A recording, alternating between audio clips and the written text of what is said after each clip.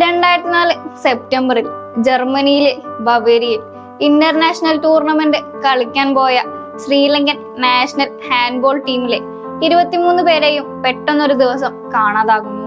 തുടർന്നുള്ള അന്വേഷണത്തിൽ ശ്രീലങ്കയ്ക്ക് ഇങ്ങനെ ഒരു ടീമേ ഇല്ലെന്ന് അധികൃതർ വ്യക്തമാക്കുന്നു. കുടിയേറ്റത്തിന്റെ രാഷ്ട്രീയവും അതിന്റെ സാഹചര്യങ്ങളും സംവദിക്കുന്ന ഒരു സിനിമ.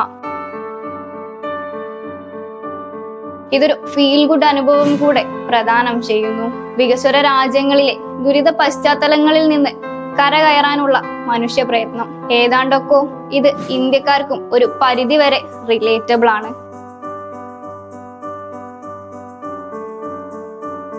ഇതൊരു യഥാർത്ഥ കഥയെ ആസ്പദമാക്കി ഉബർട്ടോ പസോളിനി സംവിധാനം ചെയ്ത ശ്രീലങ്കൻ ഇറ്റാലിയൻ ചിത്രമാണ് മച്ചാൻ.